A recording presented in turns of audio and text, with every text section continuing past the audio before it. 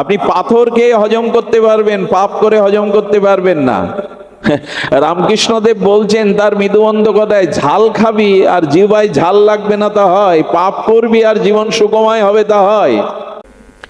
ভজনে মন না আসার, ভজনে অভিনিবেশ না আসার, ভজনের অতিমতি না আসার কারণ একটি, পাপ। আচ্ছা, পাপের রূপ কেমন? পাপের রূপ কেমন? পাপের রূপ চারটি। কয়টা বললাম?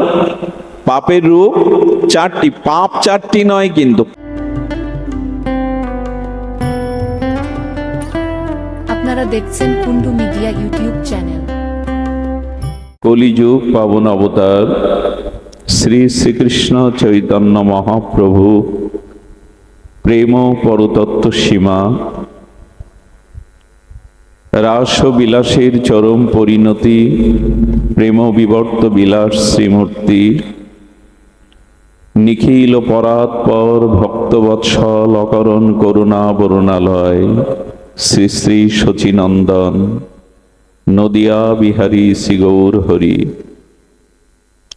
পতিত উদ্ধারণ পতিত তারণ পতিত পাবন, প্রেম চিন্তামণি দাতা শিরোমণি পরম কারণিক পরম দয়াল অক্রোধ পরমানন্দ পতিতের বন্ধু দয়াল শ্রী নিতাই চাঁদের মহা অনুকম্পায় শ্রী শ্রী গান্ধার্বিকা গিরিধারীর অহৈতুকী করুণায় বঙ্গবসুন্ধরার শ্রী শ্রী হরিপুরুষ বন্ধু সুন্দরের লীলা বিজড়িত স্মৃতি বিজড়িত চৌধুরী বাড়ি শ্রী শ্রী দুর্গা মন্দির শ্রী শ্রী লোকনাথ ব্রহ্মচারী বাবার আশ্রমে 136তম শিবকল্প মহাপুরুষ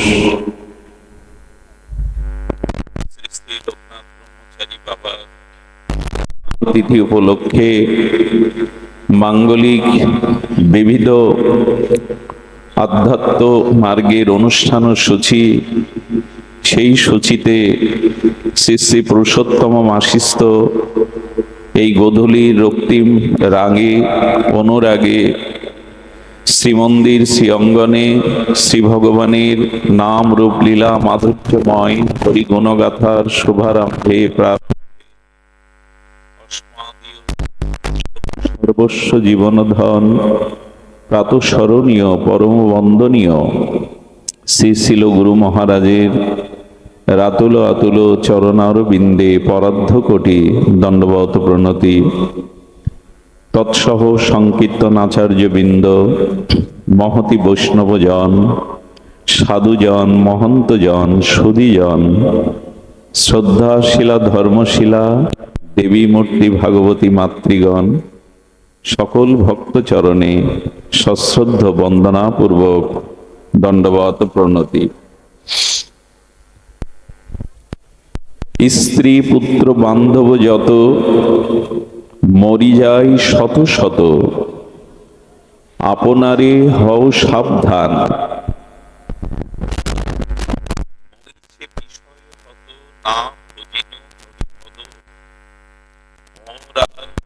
পরিত্রাণ। শ্রী শ্রী প্রেমভক্তি চন্দ্রিকায় নিত্যানন্দ আবেশমরতি প্রেমভক্তির মহারাজ নিখিল শাস্ত্রী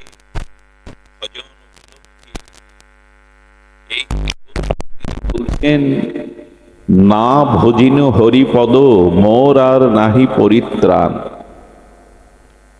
এখন ভগবত ভজন ব্যতীত পরিত্রাণ পাওয়া যাবে না, একথাই বলতে চাইছেন। ভজন হলো না কেন? ভগবত আরাধনা হলো না কেন?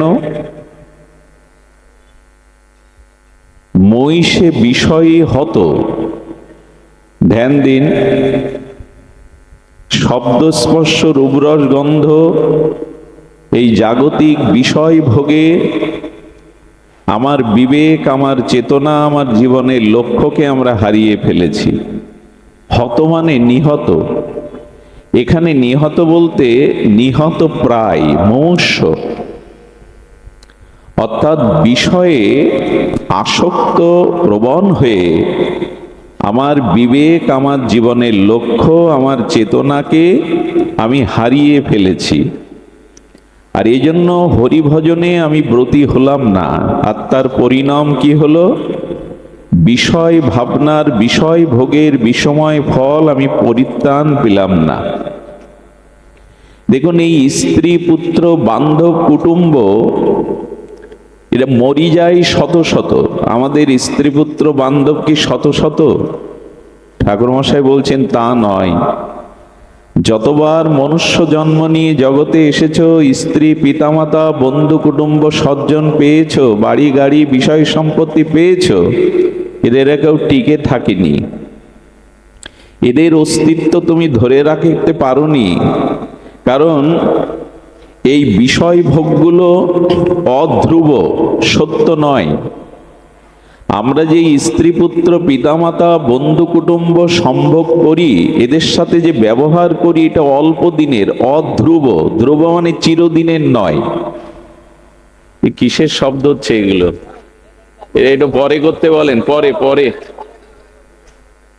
এগুলি এখন নিষেধ করেন, বিঘ্ন হচ্ছে ভাগবত। 1 ঘন্টা পরে করতে বলেন।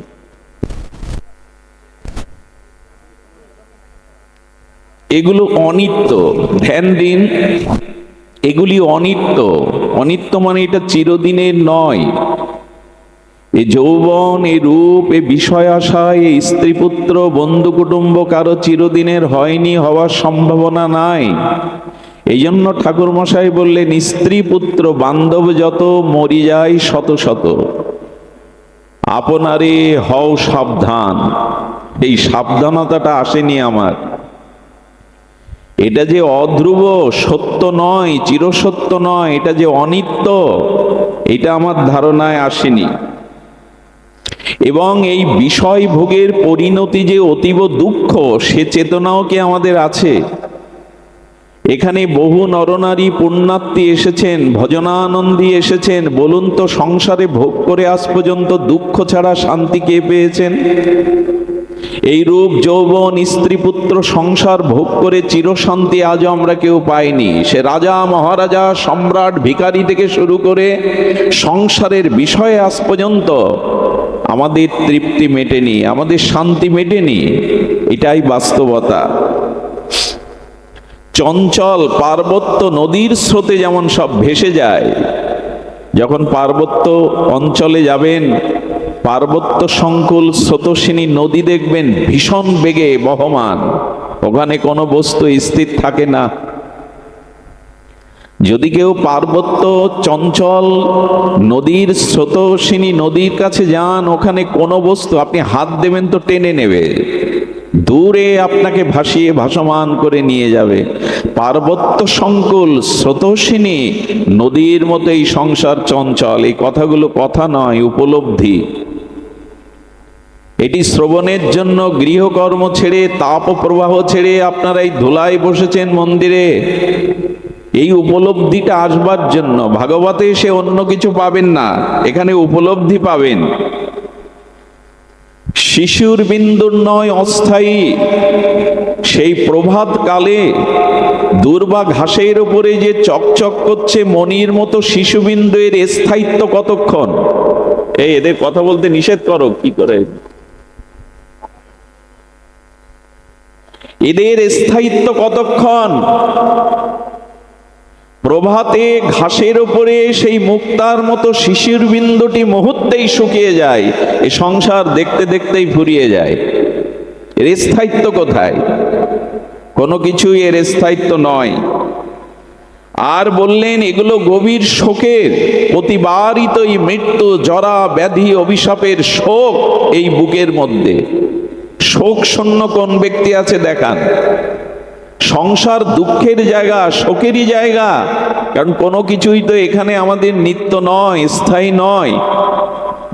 যা চলে যায়, যা ভঙ্গ হয়ে যায়, যা আমার কাছ থেকে দূরে সরে যায়, তার জন্যই তো আমরা কষ্ট পাই, শোক পাই। আচ্ছা, এত কিছু সংসারে দুঃখ, জ্বালা, যন্ত্রণা, তবু সংসার ছেড়ে যায় না কেন আমরা? সেই সংসারে কেন পড়ে আছি? এত যদি দুঃখ যন্ত্রণা জ্বালা অভিশাপ থাকবে তো মানুষ কেন সংসারে আঁকড়ে পড়ে থাকে? পড়ে থাকে কেন জানেন? হাতের মুষ্টিবদ্ধ করুন, পাশের লোকগুলো মনে করবে হাতের মধ্যে কোনো বস্তু আছে, মনে হয় হাতের মধ্যে কোনো বস্তু রাখা আছে, আসলে মুষ্টি খুললে দেখবেন শূন্য। মানুষ মনে করে এইবার সুখ পাবো, এইবার হয়তো জীবনে সুখ আসবে। মুষ্টিবদ্ধ হাতের মধ্যে শূন্য, কিছুই নেই, কিন্তু হাত মুষ্টিবদ্ধ করলে কৌতূহল হয় কিছু আছে। মানুষ মনে করে এইবার সুখী হব, এই ছেলেটা চাকরি পাবে, এই মেয়েটা পাত্রস্থ করব, এই বাড়ি করব, এই একটা গাড়ি কিনবো। না, মুষ্টিবদ্ধ হাত খুললে যেমন কিছুই নয়, সুখ মনে করি, কিন্তু আসলেই সুখ নাই। সুখ নাই কবু এ সংসারে, অনিত্যম অসুখম ইমম প্রাপ্য ভজস্বমাম। শিশির বিন্দুর নয় অস্থায়ী, অনিত্য ধ্রুব পার্বত্য সংকল নদীর ন্যায় এই স্রোতের বয়ে যাচ্ছে আমরা সকলে, কিন্তু এই জ্ঞান কেন, এই চেতনা কেন আসে না? আর কি বলছেন না, কদলী বৃক্ষের ন্যায় ক্ষণভঙ্গুর। কলা গাছ, কদলী বৃক্ষ এই খুব বেশি ভঙ্গুরে পড়ে যায়, অল্প একটু বাতাস হলেই, ঝড় হলেই পড়ে যায়। আমাদের অবস্থা হতো তাই। আর সাগরের মতো নোনা জল, এই বিষয় আশায় ভোগ প্রবৃত্তি, এগুলো সাগরের নোনা জলের মতো। বলে কেন? বলে যতই পান করুন তৃষ্ণা নিবারিত হবে না, তৃষ্ণা ক্রমে বেড়ে যাবে। খার প্রধান লবণাক্ত জল যে পান করে তার তৃষ্ণা মেটে না। সংসারে যত ভোগ করি ততই তৃষ্ণা বেড়ে যায়। আর কত বলা যায় বলুন তো? এই অনিত্য অধ্রুব ক্ষণভঙ্গুর দুঃখময় সংসারে একমাত্র শান্তি হলো ভগবানের ভজন। এই জন্য ঠাকুর মশাই বলছেন, মই সে বিষয় হতো না ভজিনী হরিপদ, মোর আর নাহি পরিত্রাণ। কোথায়? আমাদের ত্রাণ করবে কে, পরিত্রাণ করবে কে যদি ভগবত ভজন না হয়? এই জন্য আমাদের ভজনে আসতে হবে। একটি কথা স্মরণ করিয়ে দেই, কথাটি যদি এই গোধূলি বেলায় এই পশ্চিম দিগন্তের রক্তিম অনুরাগের মতো আপনাদের হৃদয়ে বসে যায়, তবে একটা পথ পেয়ে যাব আমরা, একটা নূতন আলোর সন্ধান পেয়ে যাব আমরা। আমরা প্রত্যেকেই মাতৃগর্ভে ছিলাম, একটা দুটো দিন নয়, অনেকটা দিন, সেটা 9টা মাস বা 10 মাস, এমনি করে অনেকেই, প্রত্যেকেই, প্রতি প্রাণী মাতৃগর্ভেই ছিলাম। ভাগবত 3য় স্কন্ধে দেবাহতি কপিল দেবের সংবাদে সাংখ্যযোগে এটি স্পষ্ট হয়েছে। ভগবান কপিল দেব তার মাকে বলছেন, মা, মাতৃগর্ভে একটি শিশু যে অবস্থান করে তার পরিণতি, তার দুঃসহ যন্ত্রণা, সেখানে নরক অন্ধকার কারাগৃহে তার সেই যন্ত্রণার কথা ভুলে যায়। আমার মুখটা থাকে মলমূত্রের দুয়ারে, মায়ের গর্ভে অসংখ্য কীট বারবার দংশন করতে থাকে। মায়ের খাদ্য প্রণালীতে যা যা আছে টক ঝাল, তার তাপ আমাকে পোহাতে হয়। উদ্যপদে হেডমন্ডে প্রতিটি মুহূর্ত যেন কল্পের মতো, নরকবাসের মতো অন্ধকারাচ্ছন্ন কষ্ট পেতে হয়। সেদিনের কথা ভুলে গিয়ে আমাদের এই দশা। 9 মাস বয়স হলে পূর্ণ চেতনার দ্বারা জীবাত্মা পরমাত্মার একটা সংলাপ হয়। সবাই বলে মাতৃগর্ভে ভগবানকে দেখি না, সবার সে ভাগ্য নাই, সবাই পরীক্ষিত মহারাজ নয়। মাতৃগর্ভে জীবাত্মা পরমাত্মার সাথে একটা সংলাপ হয়, খুব ধ্যান দিয়ে শুনুন, খুব মহিমাপূর্ণ তত্ত্ব। ওইখানে জীবাত্মা বারবার ওই দুঃখ, নরক যন্ত্রণা, মলমূত্রের দুয়ারে অসংখ্য কীটের যন্ত্রণায় প্রতিটি মুহূর্ত কল্পের মতো, এক কল্পের মতো দীর্ঘ মনে হয়ে চিৎকার করতে থাকে, হে বিধাতা, হে পরমাত্মা, হে অশেষ গুণপেতক, আমাকে এর থেকে ত্রাণ করো। জীবের এই ক্রন্দন, জীবের এই আর্তি, জীবের এই বিরহ বেদনার আর্তনাদ পরমাত্মা তিনি কৃপা করে বলেন, এখন কি চাও তুমি? তোমার এই দুঃখ যন্ত্রণা দগ্ধিত তাপ হতে কি চাও তুমি বলো? বলে এখান থেকে আমাকে বাইরে যাওয়ার ব্যবস্থা করুন। কেন বাইরে যেতে চাও? বললো এই দুঃখকে, যন্ত্রণাকে, কষ্ট থেকে আপনি আমাকে ত্রাণ করুন। বললেন এবার তো আসনি, তুমি বহুবার এসেছো। এই গর্ভে তুমি এক দুবার আসনি, লক্ষ লক্ষ কোটি কোটি বার পুনঃ পুনঃ মাতৃজঠরে তুমি এসেছো, বারবার এসেছো। আচ্ছা, আবার এসেছো কেন বলতে পারো? এই গর্ভ যদি এত যন্ত্রণা কষ্টর হয় তা বারবার এখানে আসছো কেন? এর উত্তর কি তোমার কাছে? উত্তর দিতে পারি না আমরা। ভগবান বলছে আচ্ছা বাইরে আমি তোমাকে এই পৃথিবী মণ্ডলে, ভূমণ্ডলে, ধরিত্রীতে পাঠালাম, কিন্তু ওখানে গিয়ে কি করবে তুমি? আমরা নীরব থাকি। শুনুন ভগবান কপিল দেবের উপদেশ, আমরা নীরব থাকি। আমরা নীরব থাকার পর ভগবান বলছেন দেখো ওখানে গিয়ে তুমি কি করবে উত্তরটা দিতে পারলে না তো, তবে আমি তোমাকে বলি, আর আমিও আপনাদের কর্ণকোহার দিয়ে হৃদয়ে কথাটা যাতে পৌঁছে দিতে পারি। ভগবান বললেন ওখানে গিয়ে এমন করে আমার ভজন করবে যাতে পুনরায় এই অন্ধকার জঠরে তোমাকে না আসতে হয়, এখানে যেন আর না আসতে হয় তোমায়। ভগবানকে, পরমাত্মাকে আমরা জানিয়েছিলাম প্রভু এই সুযোগটা দাও, এই দুঃখময় যন্ত্রণাময় অন্ধকারাচ্ছন্ন কীট মলমূত্র থেকে আমাকে পৃথিবীর আলো বাতাসে পাঠাও, আমি ভজন করে, উপাসনা করে, আরাধনা করে ফিরে আসবো তোমার স্বরূপে, যাতে বারবার এই মাতৃ জঠরে কর্মফল না ভোগ করতে হয়। এই ওয়াদা, এই প্রতিজ্ঞা পরমাত্মার কাছে করে এসেছিলাম আমরা। এখানে প্রত্যেকেই এই প্রতিজ্ঞা নিয়ে আসা ভুলে গেছে। বহিরঙ্গা ত্রিগুণময়ী মায়ায় আমরা সেই প্রতিজ্ঞা ভুলে গেছি। এই জন্য না ভজিন হরিপদ মোর আর নাহি পরিত্রাণ। পরিত্রাণ নেই কেন? আবার আমাকে ওই গর্ভে যেতে হবে, আবার কর্মফলের এই জরা মৃত্যু ব্যাধি অভিশাপ বহন করতে হবে। কে না চাই মুক্তি পেতে, কিন্তু হরিভজন ছাড়া তো মুক্তি হবে না। দুয়ার তো একটাই, এই সংসার ত্রিগুণময়ী মায়ার কারাগার হতে বেরিয়ে যাওয়ার একটাই দোয়ার, এই মনুষ্য জন্ম আর ভগবত ভজন। সুধীবৃন্দ, আমি কিছু বিক্রয়ের জন্য, বিজ্ঞাপনের জন্য এইসব কথা বলছি না। সাধুরা বারবার আপনাদের সেই ভজনের কথা বলে না, শিষ্য করার জন্য না, বিজ্ঞাপনের জন্য না, নিজের স্বার্থ সংরক্ষণের জন্য না, আপনাকে স্মরণ করিয়ে দেয় এই পুনঃ পুনঃ জন্ম মৃত্যু চক্র অভিশাপের মুক্তি একমাত্র হরি ভজন, ভগবত ভজন। এটা স্মরণ করিয়ে দেওয়ার জন্য আচার্যগণ আসেন। বারবার এই একটি কথাই আপনাদের স্মরণ করিয়ে দেন, হরি ভজনই হলো এই থেকে মুক্তির একমাত্র উপায়। আমাদের এই বঙ্গজননীতে এসেছিলেন মহাকবি কালিদাস।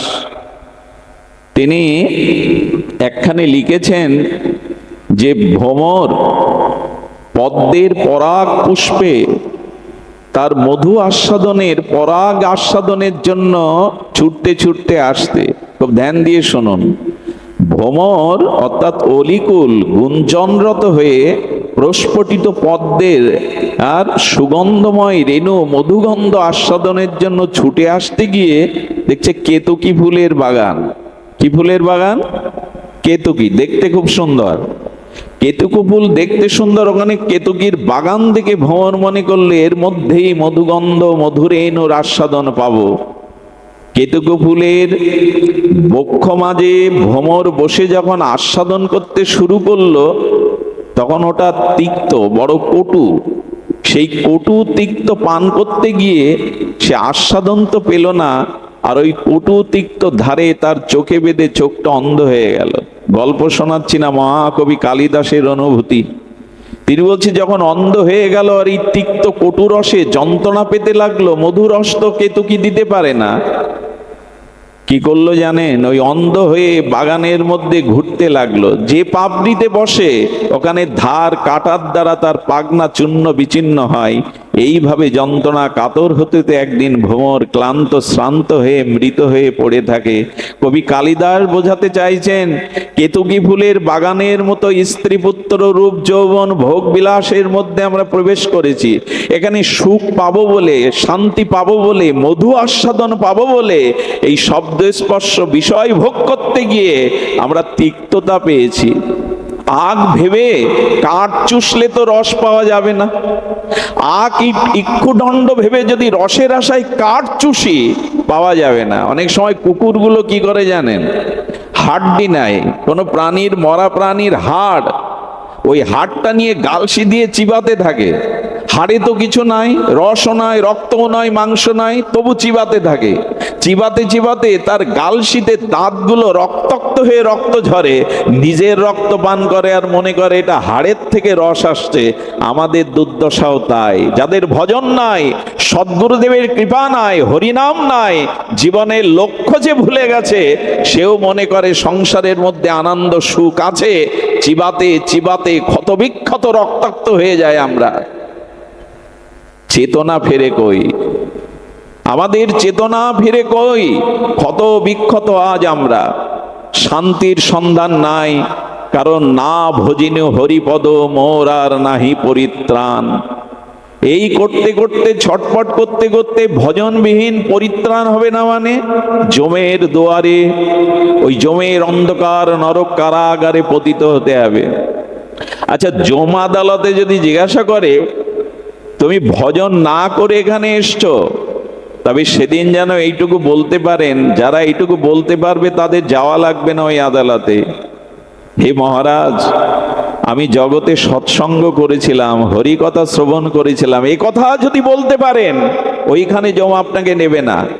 যারা সাধু সঙ্গ হরি কথা শ্রবণ কীর্তন করেছে তাদের ওখানে যাওয়ার প্রয়োজনও নাই, তাদের নেবেও না। সুধীবৃন্দ, যাতে বলতে পারেন আমি সাধু সঙ্গে হরি কথা শ্রবণ করেছি, বৈষ্ণব সঙ্গ করেছি, হরিনাম আশ্রয় করেছি, সেদিন আর ওরা আপনাকে ওখানে নেবে না। এই জন্য না ভজিনু হরিপদ মোর আর নাহি পরিত্রাণ। এই পরিত্রাণ পাওয়ার জন্যই ভজন, যাতে অধঃপতিত না হয়, স্খলিত না হয়। আচ্ছা, ভজনে পুষ্টিতা, ভজনে আনন্দ, ভজনে রতিমতি আসে না কেন?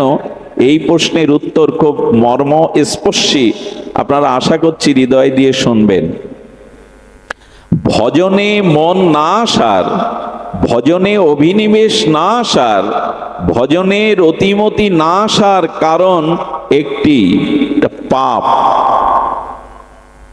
আচ্ছা, পাপের রূপ কেমন? খুব মার্মিক কথা হঠাৎ মনে পড়ল। আপনারা বিদগ্ধ শ্রোতা, অনুভবী শ্রোতা, এই জন্য মরমী শ্রোতা। পাপ অনেক প্রকার, যেমন ব্যভিচার, অনাচার, পরস্ত্রী গমন, অমেদ্য খাদ্য গ্রহণ, মিথ্যা, হিংসা, জীবের ক্ষতি। পাপ তো অনেক প্রকার, অসংখ্য পাপ। কিন্তু পাপের রূপ কেমন? এটি যদি শোনেন দুপায়ে গিয়ে যেতে পারবেন। পাপের রূপ কেমন? আমরা এটা সকলের সাক্ষাৎকার হয়নি। পাপের রূপ কেমন? পাপের রূপ চারটি। কয়টা বললাম? পাপের রূপ চারটি। পাপ চারটি নয়, কিন্তু পাপ অসংখ্য, কিন্তু পাপের রূপ হলো। আর এই রূপ দেখে বুঝবেন আমার ভিতরে কতটুকু ভজনের অন্তরায় এই পাপ রয়ে গেছে। পাপের রূপের প্রথমটি হলো অন্ধকার। অন্ধকারের ধর্ম কি? এখানে লাইটগুলো নিভিয়ে দিন, একটু পরে রাত্রি নেমে আসবে, এই বৈদ্যুতিক বাতিগুলো নিভিয়ে দিলে এখানে কেউ কাউকে উপলব্ধি করতে পারবে, দেখতে পারবে? অন্ধকারের ধর্ম হলো বস্তু ঢেকে দেওয়া। যখনই আমার জীবনে পাপ এলো, সেই পাপের প্রথম রূপ হলো অন্ধকার। আর অন্ধকার বস্তুকে ঢেকে দেয়। নিজের ঘরের বস্তু অন্ধকারে নিজে পাওয়া যায় না। তেমনি যখনই পাপ রূপ অন্ধকারের রূপ এলো, তখনই আত্মাকে ঢেকে দিল, ভগবানকে ঢেকে দিল, জগৎকে ভোগের জন্য সামনে এনে দেখালো। অন্ধকার কিন্তু আমাদের সর্বদা প্রিয়তা নয়, আলোই আমাদের প্রয়োজন। জগতে সূর্য উদিত না হলে এই জগৎ চলতো না, জগৎ ধ্বংস হয়ে যেত। আলো না হলে অন্ধকার বিদরিত হতো না। এই অন্ধকারের ধর্ম হলো বস্তু ধর্মকে আবৃত করা, ঢেকে দেওয়া। আমার চেতনাকে, আমার বিবেককে যে ঢেকে দেয়, এই অন্ধকার অজ্ঞানতাই হলো পাপের প্রথম রূপ। আপনাদের মনে পড়ে মহাপ্রস্থানের পথে চলেছিলেন ধর্মরাজ যুধিষ্ঠির। হঠাৎ দেখছেন চারিদিকে অন্ধকার, বিকট দুর্গন্ধ বাতাবরণে ভেসে আসছে। উনি চিৎকার করে উঠলেন, আলোর পথে চলতে চলতে কেন অন্ধকার, কেন বিকট এই দুর্গন্ধ, আমি সহ্য করতে পারছি না এই চিৎকার, এই দুর্গন্ধ এবং এই গাঢ় অন্ধকার। বলেছিলেন ধর্মরাজকে, আপনার মনে পড়ে কুরুক্ষেত্রের যুদ্ধে আপনার মুখ দ্বারা একটা মিথ্যা প্রকাশ হয়েছিল। এগুলো গল্প উপন্যাস নয়। হ্যাঁ, অশ্বত্থামাই হত। ভগবান শ্রীকৃষ্ণের কথা বিশ্বাস করতে চাননি দ্রোণাচার্য, বলেছিল যদি যুধিষ্ঠির মুখ দিয়ে বলে, কারণ কৃষ্ণ অনেকবার প্রতিজ্ঞা রক্ষা করতে পারেনি, কিন্তু যুধিষ্ঠির যদি বলে আমি মানতে রাজি আছি। যুধিষ্ঠিরের শ্রীকৃষ্ণের বলা কৌশল, যুদ্ধে কৌশল অবলম্বন করতে হয়, যুদ্ধ কৌশল ছাড়া হয় না। সেই দ্রোণাচার্যকে বধ করবার জন্য বলেছিল অশ্বত্থামা হত, তাতে ধর্মরাজ যুধিষ্ঠিরের জন্য যদি অন্ধকার নরক দেখতে হয়, আমার উপায় কি হবে? পাপের প্রথম রূপ হলো অন্ধকার। যার জীবনে অন্ধকার, তার স্বরূপ ঢাকা পড়েছে, সে অস্তিত্বকে, শাশ্বতকে বুঝতে পারবে না। এই জন্য যারা ভজন করে, সাধন করে, তাদের এই আজ্ঞা চক্র প্রস্ফুটিত হয়, এইখান থেকে তাদের বিকিরণ হয় আলো, দিব্য জ্যোতির্ময় আজ্ঞা চক্রের আলো। তারা জগৎকে নয়, জগদীশ্বরকে দেখতে পায় সেই দিব্য আলোতে। আমাদের পাপ আছে, তাই আমাদের জীবনে অন্ধকার, আমরা স্বরূপকে দেখতে পাই না, আমাদের জীবনের লক্ষ্যকে আমরা দেখতে পাই না। পাপের প্রথম রূপ অন্ধকার। এই অন্ধকারের পতিত হতে হবে। অসতমা সদ্গময় তমোসমা জ্যোতির্গময় না। সেই অন্ধকার থেকে আলোয় আসার আমার চেষ্টা নেই, কারণ হরি ভজন নেই, ত্যাগ বৈরাগ্য তিতিক্ষা ভগবত অনুরাগ নেই, সাধু সঙ্গে অনুরাগ নেই। এই জন্য আমরা আলো থেকে অন্ধকারের পথে যাচ্ছি। কিন্তু ঋষি বলেছিল তমোসমা জ্যোতির্গময়া, অন্ধকার থেকে আলো এসো। কিন্তু পাপ আমার জীবনে অন্ধকার এনে ঢেকে দিল। পাপের দ্বিতীয় রূপ চঞ্চলতা, বহির্মুখিতা। খুব ধ্যান দিয়ে শুনুন, পাপের দ্বিতীয় রূপ চঞ্চলতা বা বহির্মুখিতা। মন যখন অন্তর্মুখী হতে চায় না, আর মনে আছে চঞ্চলা দিয়ে মদ খায়, ওই মদ্য মাতাল কি কখনো বলে মদ খেতে আমার রুচি হয় না? এ কথা বলেছে কখনো মাতাল? বলে? আচ্ছা, যে চুরি করে সে কখনো বলে চুরি করতে আমার ঠিক রুচি হয় না? বলে কি কেউ বলেছে? বলে না। চুরি, যে তাস খেলে নিয়মিত, সে বলে কি তাস খেলতে আমার রুচি হয় না, বরং বেশি গাঢ় রুচি হয়, যতদিন যায় গাঢ় রুচি হয়। চোরের, মদখোরের, গাঁজাখোরের, নিষিদ্ধ কর্মের কেউ কখনো বলে না এতে মন লাগে না। চুরি করতে মন লাগে না, নেশা করতে মন লাগে না, মন লাগে বলেই তো করে। একমাত্র মন লাগে না এই শব্দটা ব্যবহার করে মানুষ সাধন ভজনে। হরিনাম করতে বসলে মন লাগে না, ভজনে মন লাগে না, ভগবত আরাধনা করতে মন লাগে না, এই বেলায় শুধু মন লাগে না। এর কারণ বোঝা যায় কি কথা? চুরি করতে মন লাগে না, চোর এ কথা কখনো বলে না, মাতাল এ কথা কখনো বলে না, মদ খেতে আমার মন লাগে না। ওখানে সবাই বলে, শুধু একটাই শব্দ বলে, ভজন করতে আমার মন লাগে না। ভজনে মন লাগে না বলি কেন? বলি কেন? এই কারণ পাপের দ্বিতীয় রূপ, সেই দ্বিতীয় রূপ হলো কি বললাম আমরা? চঞ্চলতা। আপনি এখানে 10 মিনিট ধ্যান করতে বসুন, রাধারানীর চরণ আপনি চিন্তা করতে, বন্ধু সুন্দরের চরণ আপনার চিন্তায় আসবে না, যাবতী রাজ্যের স্মৃতি আপনার মনে আসবে। এর কারণ কি? এর কারণ পাপের কারণে আমাদের চিত্ত চঞ্চল, স্থায়ী হতে চায় না। দীর্ঘ 50 বছর লোকনাথ বাবা হিমালয়ে তপস্যা করে। কয় বছর? দীর্ঘ 85 বছর এক জায়গায়। পারবেন? কানাই এরা শিবকল্প অবতার। 50টি বছর হিমালয়ে সাধনা করেছেন, এক দুটো দিন নয়। গৌতম বুদ্ধ 11 বছর এক বৃক্ষতলেই কাটিয়ে দিলেন। আমাদের মন লাগে না, কারণ পাপ। আমাদের জীবনে এই পাপই আমাদের চিত্তকে চঞ্চল করে তুলে দেয়, বহির্মুখ করে দেয়। এখন ধ্যানে বসুন, মন লাগবে না। সুধীবৃন্দ, এই জন্য পাপের দ্বিতীয় রূপ চঞ্চলতা, বহির্মুখিতা, অন্তর্মুখী হতে দেয় না। আজ মানুষ বড় অশান্ত, মানুষের চিত্ত চঞ্চল, মানুষ স্থির হয়ে কোনো কিছু ভাবনায় আনতে পারে না, স্থিতিপ্রজ্ঞ মানুষের নাই। এর কারণ যার জীবনে যত বেশি পাপ, তার চিত্ত তত চঞ্চল এবং বহির্মুখ। পাপের তৃতীয় রূপ, এগুলি জানা খুব বিশেষ প্রয়োজন। পাপের তৃতীয় রূপ হলো, বাবা ওই তিলক এখন দিও না বাবা। পাপের তৃতীয় রূপ বিঘ্ন। কি বলা হলো? বিঘ্ন। দেখবেন ভগবত পথে, সৎ পথে, ভজনের পথে আসতে গেলেই আমাদের যত বিঘ্ন সব এই ভজন পথে। এর একটাই কারণ, আমার প্রাক্তন এবং বর্তমান পাপ ভজনের পথে বাধা। আসবেন হরিকথা শুনতে, গৃহে একটা বাধা পড়ে গেল, বিঘ্ন হয়ে গেল, বাধাই তো আছে, এই বাধাতেই জীবন কেটে গেল। এইবার ভজন করব, এবার ভজনে বসবো, এবার ধামবাস করব না। বিঘ্ন বা বাধা, এটি পাপের তৃতীয় রূপ। আমাদের জীবনে অনেক বাধা, লক্ষ্য করে দেখুন।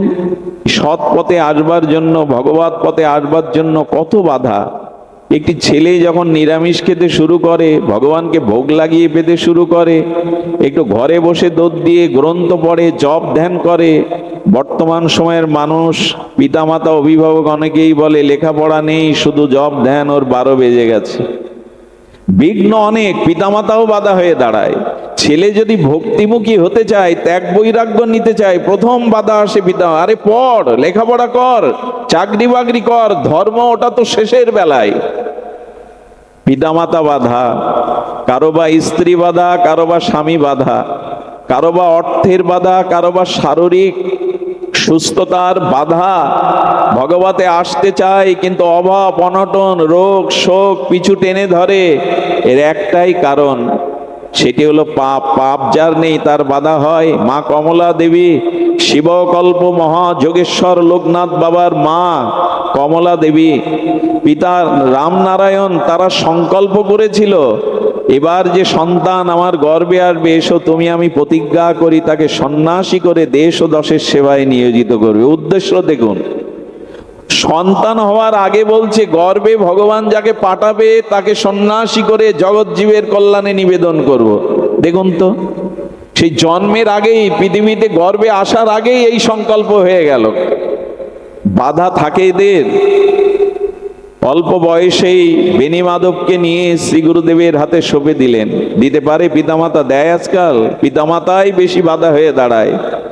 আরে পড়াশোনা কর, পড়ে তো পড়েই যাচ্ছে। আজ একটা পত্রিকায় দেখছিলাম, 3 জন ছেলে, একজন মানে সচিবালয়ে চাকরি করে, একজন বিশ্ববিদ্যালয়ের শিক্ষক, 3 মেয়ে, 3 ছেলে 1 মেয়ে। মেয়েও কোন অফিসার, কিন্তু মা 7 দিন মরে পড়ে রয়েছে, তার লাশ দুর্গন্ধ হয়ে গেছে, পুলিশ এসে সেই লাশ উদ্ধার করে। অথচ 3 ছেলে সমাজের উচ্চ স্থানে বসে আছে।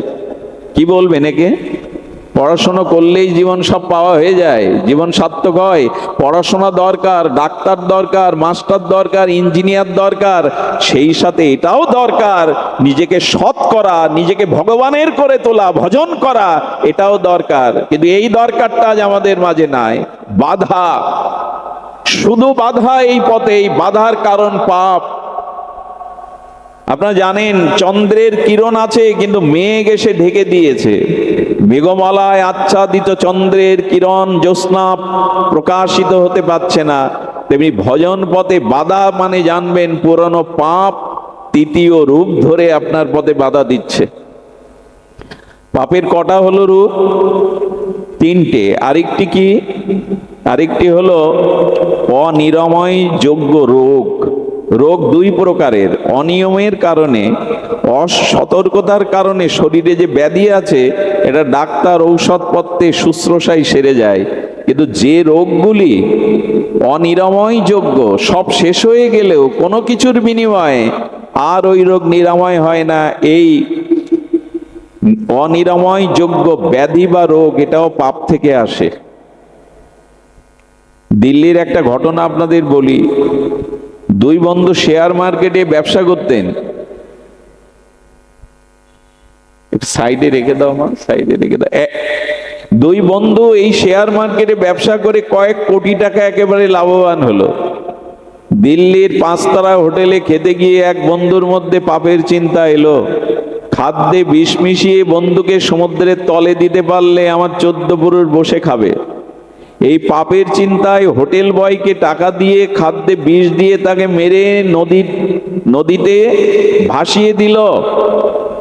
এ প্রথমে এসে বাড়ি করলো দিল্লিতে, আলিশান বাংলা, গাড়ি বাড়ি, সুন্দরী রমণী বিয়ে করলো, একটা পুত্র এলো, যেন ফুলে ফলে পল্লবিত হতে থাকলো তার জীবন। ছেলেটার বয়স যখন 3 বছর এমন একটা রোগ দেখা দিল, ভারত ভূখণ্ডে না, ইউরোপে আমেরিকায় কোথাও সেই রোগের ওষুধ নাই। ওই ছেলেটাকে বাঁচানোর জন্য এই কোটি কোটি টাকা সব বিনষ্ট করলো, বাড়ি বিক্রি করে দিল, শেষ সম্বল ছিল 100 টাকা। হাসপাতালের ডাক্তাররা বলল বাড়ি নিয়ে যান, তার তো কোনো সম্ভাবনা নেই। ওই 100 টাকায় পুঁজি ছিল, গল্প শোনাচ্ছি না। বাড়িতে আনলো, ড্রাইভারকে 100 টাকা ভাড়া দিল, ওইখানেই মারা গেল। এক ঋষির কাছে, এক ত্রিকালজ্ঞ যোগীর কাছে জানতে চেয়েছিল আমার এই বিষময় পরিণতি ধ্বংসের কারণ কি। বলে যে বন্ধুকে বিষ খাইয়ে মেরেছিলে সেই বন্ধুই পুত্র রূপে এসে তোমার সর্বস্ব হরণ করে নিয়ে চলে গেল, 100 টাকাও পকেটে রাখতে দেয়নি। আপনি পাথর খেয়ে হজম করতে পারবেন, পাপ করে হজম করতে পারবেন না। রামকৃষ্ণদেব বলছেন তার মৃদুবন্ধ কথায়, ঝাল খাবি আর জিহ্বায় ঝাল লাগবে না তা হয়, পাপ করবি আর জীবন সুখময় হবে তা হয়? হতে পারে না। পারা যদি কেউ খান, পারা ও 10 বছর পরে বিস্ফোরক হয়ে বেরোবে। এই জন্য পাপ থেকে দূরে থাকার জন্যই এই সাধু সঙ্গ, এই হরিকথা, এই হরিনাম, যাতে ওই অন্ধকার, ওই ভগবানে বিমুখতা, বহির্মুখিতা, ওই বাধা আর এই শরীরে ব্যাধি এসে যেটা নিরাময় অযোগ্য বাধা না দেয়। এই জন্য আপনাদের বলবো, পাপের এই 4টি রূপ আজ ঘিরে ধরেছে। এই ভোগময় কামময় পৃথিবীতে পাপময় জীবন যাপন করতে করতে আজ পৃথিবী এটা অগ্নিগর্ভ হয়ে উঠেছে। আজ ব্যক্তিতে, পরিবারে, রাষ্ট্রে, বিশ্বে কোথাও শান্তির বাতাস নাই। এইটুকু নিবেদন করবো, এবার আমরা ফিরে আসি, এবার বিবেককে জাগাই, এবার চেতনাকে ডেকে বলি আর এই সুযোগ পাবে না। এই মনুষ্য জন্ম পেয়েছো, বিবেক পেয়েছো, সাধু সঙ্গ পেয়েছো, সদ্গুরু পেয়েছো, হরিনাম পেয়েছো, এই মাটিতে জন্মেছো, কাজে লাগাও। নিজের উদ্ধার অন্য কেউ করবে না। উদ্ধারে তো আত্মনা না আত্মা অবসাদয়েত, নিজের পতন নিজে ডেকে ওনো না। কিন্তু এই কথাগুলি কি আমাদের হৃদয়ে যায়? আমরা কি জেগে উঠি? আমাদের চিত্ত কি জাগরিত হয়? এই জন্য আপনাদের কাছে অনুরোধ করব, পরিত্রাণের অন্য কোনো উপায় নাই। স্ত্রী পুত্র বান্ধব যত, মরি যাই শত শত, আপনারে হও সাবধান। মহিষে বিষয় হত না ভজিনী হরিপদ, মোর আর নাহি পরিত্রাণ। ঠাকুর মশায়ের এই মহাবাণী প্রেম ভক্তি চন্দ্রিকায়। আসুন আমরা ভজনে ব্রতী হই। এই ভজন করবার জন্য আমাদের কি প্রয়োজন না, আপনারা এটাও জানেন। এই কথা প্রসঙ্গে বাবার কথাটি আসে, রণে বনে জলে জঙ্গলে যেখানে বিপদে পড়িবে আমাকে স্মরণ করিয়ে আমি রক্ষা করিব। এ বড় অভয় বাণী, এ বড় ভরসার বাণী। অন্ধকারের মধ্যে সেই দিব্য আলোর রোশনাই যেন জ্বালিয়ে দিয়েছেন বাবা। আমি ভজন করলাম, সারাটি জীবন আমি ত্যাগ বৈরাগ্য তিতিক্ষা ভজন করেছি। যে সাধন সম্পদ আমার কাছে আছে আমি রক্ষিত করেছি, আমাকে ডাকো। আমরা এতক্ষণ সেই জঙ্গলের কথাই বলছিলাম। ওই যে কেতকী জঙ্গলে, কেতকী বাগানে হারানো ভোমরার মতো বাবা আমরাও পড়ে গেছি। এ জঙ্গল সুন্দরবন না, আফ্রিকার জঙ্গল না। এই সংসারে কামনা বাসনার জঙ্গলে আমরা হারিয়ে পথ পাচ্ছি না। এইখান থেকেই বাবাকে স্মরণ করতে হবে, শ্রী গুরুদেবকে স্মরণ করতে হবে, ভগবানকে স্মরণ করতে হবে, যাতে এর থেকেই আমরা নিষ্কৃতি পাই। এই জন্য বাবা বললেন কেবল স্মরণ নাও। ওই গোমুখ আসনে বসা এই ত্রিকালজ্ঞ শিবকল্প মহাযোগেশ্বর তিনি জানিয়েছেন ভয় নাই, এই তপশক্তি তোমাদের রক্ষা করবে, তোমরা শুধু স্মরণ করো। এই স্মরণ কথাটি আসে তো আমাদের, তসমাৎ সর্বেষু কালেষু মামনশ্বর, গীতার এটাই তো ভগবান বলেছেন, স্মরণ করো। এই সংসারের নানান কাজে নানান ভিড়ের মধ্যে আমাকে স্মরণ করতে ভুলে যেও না। স্মরণাঙ্গ স্মরণই হলো আমাদের পথ। তাই বাবা বলছেন আমাকে স্মরণ করিও। এটা মনে আছে কি আমাদের? দিন রাত তো চলে যায়, সূর্য উদয় হয় অস্ত যায়, কিন্তু স্মরণ কই? এই স্মরণ করতে হবে ভগবানকে, স্মরণ, তার নাম, তার লীলা, তার অসমধ্য মাধুর্যকে স্মরণে আনতে হবে। বন্ধু সুন্দর বলেছিলেন হৃদয়কে শূন্য রেখো না, মনকে কখনো শূন্য রেখো না, ওখানে গৌর গোবিন্দকে রাখো, তার শ্রীনামকে রাখো, তার রূপ মাধুর্য লীলাকে রাখো। মনকে শূন্য রাখতে যেও না, ওখানে শয়তান প্রবেশ করবে, ওইখানেই পাপ প্রবেশ করবে, ভোগ প্রবৃত্তি প্রবেশ করবে। মনকে কখনো খালি রেখো না। এটাই তো সেই একই কথার প্রতিধ্বনি। ফরিদপুরের শ্রীগাল আর সাতক্ষীরার শ্রীগাল দুই সুরে ডাকে না। সব মহাপুরুষ, সব শাস্ত্রের একটাই বাণী, মামনুষ্বর, ভগবানকে স্মরণ করো, ভগবানকে স্মরণ করো। এটি ছাড়া আমাদের এই যুগে, এই কাল কবলিত ক্ষণভঙ্গুর কলিযুগে আমাদের তপস্যা, যাগ, যজ্ঞ, অন্য কিছু করা সম্ভব নয়। একমাত্র সম্ভব শ্রীহরির নামকে স্মরণ করা, তার রূপ, তার লীলা, তার অসমাদ্য ধাম, তার মাধুর্যকে স্মরণ করা। এই স্মরণই আপনাকে রক্ষা করবে। আসুন, সূর্য অস্ত গেছে, যাচ্ছে, আমাদের জীবন সূর্য হয়তো অস্তগামী। সংকল্প করি যে প্রভু বলে এসেছিলাম, সংকল্প করে এসেছিলাম পরমাত্মাকে, তোমাকে ভুলে যাব না, তোমাকে স্মরণ করব। এই স্মরণটাই আমরা ফিরিয়ে আনি। এটা সম্ভব, এটা আমাদের পক্ষে সম্ভব। যাগ, যজ্ঞ, তীর্থ, পর্যটন, হোম, অগ্নি, এগুলো প্রজ্বলন করে পূর্ণাহতি দেওয়া কঠোর হতে পারে, কঠিন হতে পারে, কিন্তু ভগবানকে স্মরণ করা আমাদের পক্ষে সম্ভব। এই স্মরণ করুন। পতিত যদি হয়ে থাকি, স্খলিত হয়ে যদি থাকি, নানান পাপের যদি আমাদের পতন হয়ে থাকে, ভয় নাই, ভগবান এবার পতিত পাবন অবতারে এসছে, এইটুকুই ভরসা। ভগবান এবার পতিত পাবন নাম ধরেছেন। আহা, মনে পড়ছে গোস্বামী তুলসীদাস একবার রামচন্দ্রের সভাতে গেছেন। খুব ধ্যান দিন। গোস্বামী তুলসীদাস তার মানস স্মরণে রঘুপতি রাজি বলোচন পূর্ণ মর্যাদা পুরুষোত্তম শ্রী ভগবান রামচন্দ্রের সভাতে গিয়ে দেখেন বামে জানকী দেবী, পাশে বসে আছেন ব্রহ্মর্ষি বশিষ্ঠ দেব, বসে আছেন ত্যাগ বৈরাগ্যের মূরতি লক্ষণ ঠাকুর, বসে আছেন সাধু শিরোমণি ভরত, হনুমানজি। এই সভাতে গিয়ে তুলসীদাস বলছেন, প্রভু আপনার চরণে, আপনার কৃপায় এই সভাতে এসে দেখছি এখানে একটা অপূর্ণতা আছে। আচ্ছা, রাম সীতার সভাতে অপূর্ণতা থাকতে পারে? বলেন এখানে একটা অপূর্ণতা আছে। বলে কি অপূর্ণতা? সেই অপূর্ণতা আমি ছাড়াও পূর্ণ হবার নয়। রামচন্দ্র এসে বলছেন এখানে অপূর্ণতা তো বলো, আর তুমি ছাড়া সেই অপূর্ণতা পূর্ণ পাবে না। বলে হ্যাঁ প্রভু, বলো তাহলে, শুনুন। তুলসীদাস বললেন, প্রভু তোমার অনন্ত নামের মধ্যে একটা নাম হলো তুমি পতিত পাবন। কিন্তু এখানে ঠাকুর লক্ষণ, এখানে ভরত, এখানে হনুমান, এখানে গুরু বশিষ্ঠ বসে আছে। এখন কেউ যদি এসে বলে, হে রঘুপতি রামচন্দ্র আপনি পতিত পাবন, এই নামের প্রমাণ কি? এখানে তো কোনো পতিত নাই, এখানে কোনো তো অন্ধকার থাকলেই তো আলোর পরিচয় দেওয়া যায় যে এটাই আলো, অন্ধকার দূর করে। তো এই আপনি যে পতিত পাবন, এখানে তো কোনো পতিত নাই। তাই বললাম আপনার এই দিব্য সভাতে একটা অপূর্ণতা আছে, এখানে কোনো পতিত নাই। আর আমার দিকে চেয়ে দেখো প্রভু, আমার থেকে পতিত এই জগতে আর কেউ নাই, আমার থেকে পতিত কেউ নাই। এই অপূর্ণতাটা তোমার এই সভাতে আছে, আমাকে এখানে রাখো। আমাকে রাখলে কি হবে জানেন, এই সভা পরিপূর্ণ পাবে। কেউ যদি এসে প্রশ্ন করে তুমি পতিত পাবন, আমাকে দেখিয়ে বলো ওই পতিত আর আমি হলাম পতিত পাবন। প্রভু আমাকে অন্তত রাখো তোমার এখানে। যার গালে মদের গন্ধ বেরোচ্ছে, লোকের ঘর জ্বালিয়ে দিয়েছে, পশু হত্যা করেছে, হেন পাপ নেই জগতে করেনি, যিনি নিত্যানন্দ প্রভুর মতো পরমানন্দকেও ললাট থেকে রক্ত ঝরিয়েছেন, সেই নিতাই মাধবকে বুকে জড়িয়ে ধরলেন। এটাই তো এই যুগের বৈশিষ্ট্য। এবে অস্ত্র না ধরিলা, প্রাণে কারো না মারিলা, চিত্ত শুদ্ধি করিল সবারে।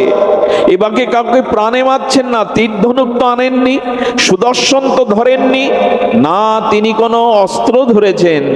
এবে অস্ত্র না ধরিলা, প্রাণে কারো না মারিলা, চিত্ত শুদ্ধি করিল সবারে। পতিত পাষাণ্ডী অতি দূরমতি, প্রাণে না মারিল কারে, হরিনাম দিয়া হৃদয় সদিল যাচি গিয়া ঘরে ঘরে। এই অবতারেই যদি আমার কৃপা না হয়, আশ্রয় না হয়, যাব কোথায় আমি? ভরসা একটা আছে, তুমি পতিত পাবন আর আমি পতিত। আমি জন্ম জন্মে অপরাধী, আমার পাপের কোনো সংখ্যা গণনা নেই, কিন্তু এইটুকু ভরসা তুমি পতিত পাবন। এবার গ্রহণ করো আমায়। আমি তো আর পাচ্ছি না সংসারে, এই জন্ম মৃত্যু জরা চক্র ব্যাধিতে আর পাচ্ছি না। প্রভু তোমার শরণ নিলাম, কৃষ্ণ তোমার হলাম যদি বলে একবার, ভববন্ধ হইতে কৃষ্ণ তারে করেন পার। একবার অন্তর থেকে বলুন না, আমি পতিত পাবন, আমায় উদ্ধার করো। আন্তরিকভাবে বলতে হবে, বিশ্বাসের সহিত বলতে হবে, দৃঢ়তার সহিত বলতে হবে পতিত পাবন। একটা উপায় আছে, এই সন্ধ্যাবেলায় আপনাদের বলি, যদি গ্রহণ করতে পারেন। উপায়টা কি জানেন? গাছের কোনো শুকনো ডাল থেকে এক টুকরো শুষ্ক কাঠ যদি জলে পড়ে যায়, নদীতে পড়ে যায়, পুকুরে পড়ে যায়, ওই কাঠটা ডোবে কি? ডোবে না। শুকনো কাঠ যদি নদীতে পুষ্করণীতে পড়ে যায়, দেখবেন ভাসে, ও ডোবে না। শুকনো কাঠ তো, তবে ওই কাঠটি ডুববে। ওই কাঠটি একদিন ডুবে যাবে। কি করে জানেন? ওই শুকনো কাষ্ঠের মধ্যে ধীরে ধীরে জল কণা প্রবেশ করবে, আর ওই জল কণা প্রবেশ করতে করতে ওই পুকুরে, ওই নদীতে যে পলি মাটি আছে, ওই মাটিগুলো ভেজা জল প্রবেশ করা শুকনো কাষ্ঠের উপরে প্রলেপ পড়ে যাবে। যেদিন মাটি আর জল প্রলেপ পড়ে যাবে, ওই দিন শুকনো কাষ্ঠটি ডুবে যাবে। তবে ভাসতে হবে, গাছে থাকলে হবে না, জলে পড়তে হবে। এই আপনাদের মতো সব ছেড়ে আপনারা এখন ভাসছেন, ভাগবত সাগরে, হরিকথার সাগরে ভাসছেন। এই ভাসতে হবে, কাঠ হয়ে উপরে থাকলে হবে না, এই সাধু সঙ্গে হরিকথাতে ভাসতে হবে। যদি ভাসতে পারেন, এভাবে যদি সাধু সঙ্গে হরিকথায় ভাসতে পারেন, কি হবে জানেন? এই ভাসতে ভাসতে হরিকথা শ্রবণ করতে করতে কখনো চোখের জল হৃদয়ে বসবে। ভগবানকে ভজন হলো না বলে আরতি, উৎকণ্ঠা, ব্যাকুলতায় কখনো চোখ দিয়ে জল ঝরে এই হৃদয়ে প্রবেশ করবে। এই শুষ্ক হৃদয়ে, ভক্তিশূন্য হৃদয়ে চোখের প্রেমবাড়ি যেতে যেতে যখন হৃদয় ভিজবে, আর এখানে সাধুগুরুর চরণ ধুলি যখন উড়ে এসে আমার গায়ে পড়বে, সেই দিন আমি প্রেম সাগরে, ভক্তির সাগরে ডুবে যেতে পারবো। এটাই উপায়। চরণ ধুলি চোখের জলে, শুষ্ক হৃদয় যেদিন সরস হবে, সেই দিন আমি ডুবে যেতে পারবো। সেই দিনই আমাদের ডুববার সময় হবে। এই জন্য ভাসতে থাকুন। এই হরিকথা সাধু সঙ্গে তরঙ্গে ভাসতে ভাসতে কোনো না কোনো দিন আমাদের মাঝে এমনি করে জেগে যাবে এই দুপটা প্রেমস্র, আর আমাদের মাঝে এমনি করে জেগে যাবে। এই জাগাবার জন্য, এই উত্থানের জন্য, এই নিজের দিগদর্শন পাওয়ার জন্য আমাদের এই জীবন। আর বিলম্ব করবেন না। এই পতিত উদ্ধারণ লীলায়, পতিত পাবন লীলায় কেউ বাদ যেন না যায়। প্রভু এসেছিলেন ঘরে ঘরে এই হরিনাম দিয়ে অকাতরে প্রেম বিতরণ করে। আর এই যুগেও যদি বাদ পড়ি, নিতাই চৈতন্য বন্ধু সুন্দর হরিপুরুষের যুগে তোদের ওই যে তোদের জন্য সব আমি করে গেলাম, তোরা শুধু একটু স্মরণ কর। মনে আছে তো? এই হরি নাম মৃতকেও জীবন দিতে পারে। আরে পতিতকে উদ্ধার কেন, মৃতকেও জীবন দিতে পারে। এই হরি নাম সঞ্জীবনী সুধা, এই সাধু সঙ্গ হরি কথা, এটি সঞ্জীবনী সুধা। সিন্নান্ত সকতা কৃষ্ণ পূর্ণ শ্রবণ কীর্তন, হৃদয়স্থ ভদ্রাণি বিধুনতি সুহৃদ সদাম, প্রবিষ্ট কর্ণ রন্ধেন সানাং ভাব সারুরোহম, ধুনতি সমলং কৃষ্ণ সলিলস্য যত শরত। শরৎকালের মতো শুদ্ধ হয়ে যাবে হৃদয় যদি হরি কথা কর্ণ দিয়ে হৃদয়ে প্রবেশ করি, যদি সাধু সঙ্গের। আচ্ছা, অনেকেই বলেন এই এই এই ধুলা চামড়ায় লাগালে কি হবে? এই যে গায়ে ধুলা মাখছি সাধুর চরণ ধুলিতে, এতে কি করে ভক্তি হবে? ভেতরে যাবে কি করে? লক্ষ্য করুন, কারো হাড়ে যদি যন্ত্রণা হতে থাকে, হাড়ে বা শিরায়, ওই যন্ত্রণার ঔষধটা কি চামড়া চিড়ে হাড় বের করে ওর উপরে প্রলেপ দিতে হয়? কি কোথায় দিতে হয়? ওই হাড়ের ওপরে যে চামড়া আছে, 7টা পর্দা আছে, ওর ওপরে প্রলেপ দিয়ে ওর ক্রিয়া হাড় পর্যন্ত পৌঁছে যায়। ঠিক তেমনি সাধুর চরণ ধুলি, ওই অনুভব বেদ্য রেণু যদি আমার গায়ে পড়ে, হৃদয়ে আসে, আমার হৃদয়ের ভেতরেও প্রবেশ করে, সেটা জাগিয়ে দেবে। এই জন্য 136তম বাবার এই এই তিরোভাব তিথিতে আমরা নিবেদন করব, উনি সম্মুখে এই গোমুখ আসনে বসে দেখাচ্ছেন ভজন কাকে বলে। উনি সিদ্ধপ্রাপ্ত সিদ্ধকল্প হেও নেমে এসেছিলেন জগতের কল্যাণে। লোকনাথ বাবার অসংখ্য দেশ ও বিদেশে অসংখ্য তার অনুরাগী কেন জানেন? জীবনে কখনো নিজের জন্য কিছু উনি চাননি। সেই ছোটবেলা থেকেই ত্যাগ বৈরাগ্য জীবন নিয়ে সমস্ত তপসাধনাকে জীবের কল্যাণে, কত অপমান, কত লাঞ্ছনা, কত পরীক্ষার পরেও প্রতিটি মুহূর্ত জীবের কল্যাণে কেটেছে। আমাদের জীবনের প্রথম ব্যবহার দেখুন, মন্দিরে ঘন্টা নাড়লেই ভক্তি পাবেন এমন না, ধূপ দ্বীপ জ্বালালেই ভক্তি পাবেন এমন না। ভক্তির প্রথম সোপান হলো মানুষ আপনার দ্বারা ক্ষতিগ্রস্ত হয় কিনা, মানুষ আপনার দ্বারা উপকার পায় কিনা। এই ব্যবহারিক জীব কল্যাণই হলো ভক্তির সূত্র। শুধু মন্দিরে ঘন্টা নাড়লেই আপনি পার পাবেন না যদি পর উপকারের চিন্তা না থাকে। এই ত্রিকালজ্ঞ মহাযোগী জীবনের প্রতিটি মুহূর্ত জীবকল্যাণে কাটিয়েছেন, উত্তরসূরি রেখে যাননি। কিন্তু অসংখ্য অনুরাগী আজ দেশ বিদেশে। লোকনাথ বাবার আশ্রিত ভক্তরা কানে মন্ত্র না নিলেও তারা তার আদর্শকেই, দরিদ্র নারায়ণ সেবা, জীব সেবাই লোকনাথ বাবার মূল আদর্শ ছিল। আর এই প্রেম তার এমন জায়গায় পৌঁছেছিল, সাধন ভজন মানুষকে কোথায় নিয়ে যায়?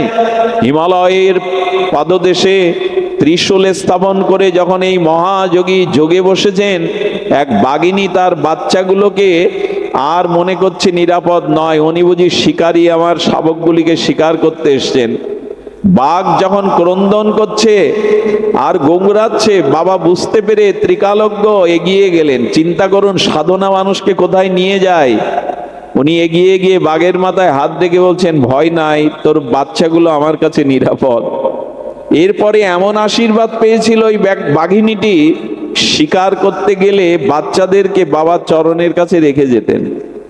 বাঘও বিশ্বাস করলো যাকে, আমাদের শ্রদ্ধা ভক্তি হলো না। বাঘও বিশ্বাস। এই বারুদি আশ্রমে তখন জঙ্গল, আর এই বাবাকে হত্যা করবার জন্য দুজন দস্যু এসেছে। বাঘ এসে বাবার চরণে গো গো করে বলছেন, বাবা ইঙ্গিত দিচ্ছেন আপনাকে হত্যার জন্য এসেছে। এই ত্রিকালজ্ঞ যোগী অভয় দিয়ে বললেন, না রে, ওরা আমার ক্ষতি করতে পারবে না, তোরা নিশ্চিত থাক। যার কল্যাণের জন্য বাঘেরও হৃদয় দরদ হয়, চোখে জল আসে, কে তিনি? সাধন ভজন মানুষকে কোথায় নিয়ে যায়। অনুরোধ করব, কতটুকু সময় বাকি আছে জানি না। গত বছর এসেছিলাম, আগামী বছর যে আসবো বা এই মুখগুলো দেখবো এমন নিশ্চয়তা নাই। অনুরোধ করব, এবার জাগুন, এবার উঠুন, এবার ভগবানকে স্মরণ করুন, এবার জীবনের লক্ষ্যকে স্থির করে নিন। সেটা শুরু হোক সুব্যবহার দিয়ে, মানুষের কল্যাণ চিন্তা দিয়ে, আর শুরু হোক ভগবানের দিব্য নাম নিঃশ্বাস প্রশ্বাসে, ক্রিয়া প্রতিক্রিয়ায়, যেন সর্বতোভাবে আমরা নামকে স্মরণ করতে পারি। খাইতে শুইতে উঠিতে বসিতে যথা তথা নাম লও। এই ফরিদপুরের মানুষের অন্তত নামে রুচি হওয়ার জন্য বন্ধু সুন্দর হরিপুরুষ যা করে গেছেন, এই পৃথিবীতে তার দৃষ্টান্ত নাই। এই বন্ধু সুন্দরের আঙিনায় অখণ্ড নাম হচ্ছে কত বছর প্রভু? 100। এটি কল্পনা করতে পারবেন না, সারা বিশ্বে দ্বিতীয় এরকম দৃষ্টান্ত নাই। ফরিদপুরের মানুষকে ফরিদপুরের নাম শুনলেই প্রণাম করতে ইচ্ছে করে। এই অখণ্ড নাম পৃথিবীতে এভাবে এত নামের জন্য প্রাণ দিতে পারে, দৃষ্টান্ত একমাত্র ফরিদপুরের আঙিনা। হরি নামের জন্য জীবন দেওয়া এটা সবার পক্ষে সম্ভব নয়। সেই মাটিতে জন্মে যদি আপনাদের নামে রুচি না হয়, এটা বড় দুঃখের, এটা বড় পরিতাপের। এই জন্য ভগবানের নামটাকে গ্রহণ করুন, বাকি অনুষ্ঠানগুলি সুসম্পন্ন হোক।